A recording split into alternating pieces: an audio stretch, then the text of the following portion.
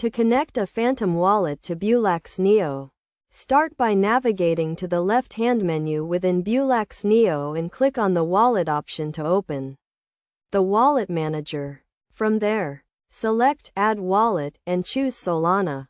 As this is the required network for Phantom Wallet, give your wallet a name. It can be anything, such as Phantom Wallet, and then enter your wallet address.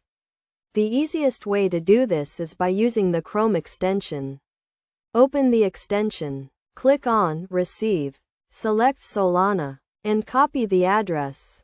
Then, paste the address into the Enter Wallet Address field in the Wallet Manager.